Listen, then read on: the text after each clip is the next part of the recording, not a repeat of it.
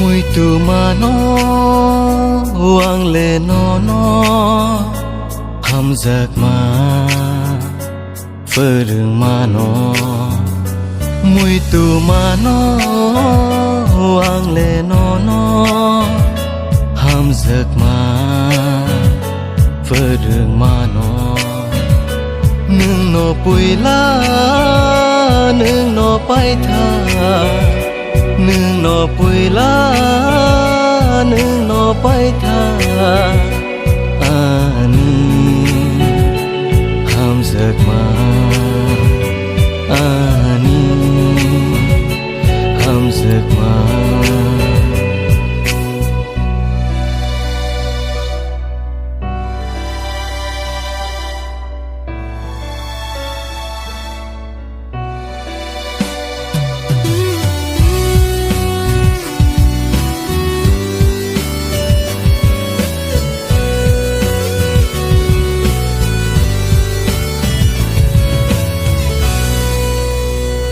Bishi kolo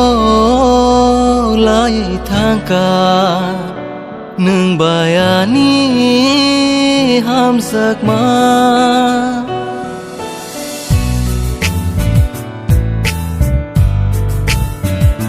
Bishi kolo lai thangka nương bayani ham sak ma ta buộc bia cứ mãi thang cả nương nó có gư mà nó có gư mà nó có gư mà mùi từ mà nó hoang lệ nó hầm giặc mà phơ đường mà nó mùi tù mà nó hoang lệ nó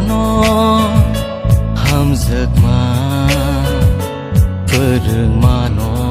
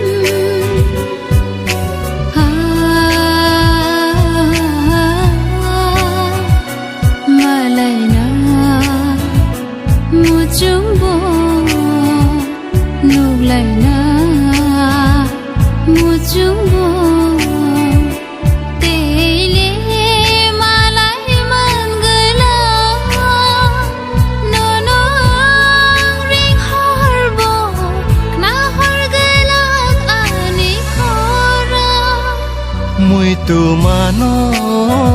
hoang lệ nó hầm giặc mà phơ đường mà nó nương nó bùi lá nương nó bay tha nương nó bùi lá nương nó bay tha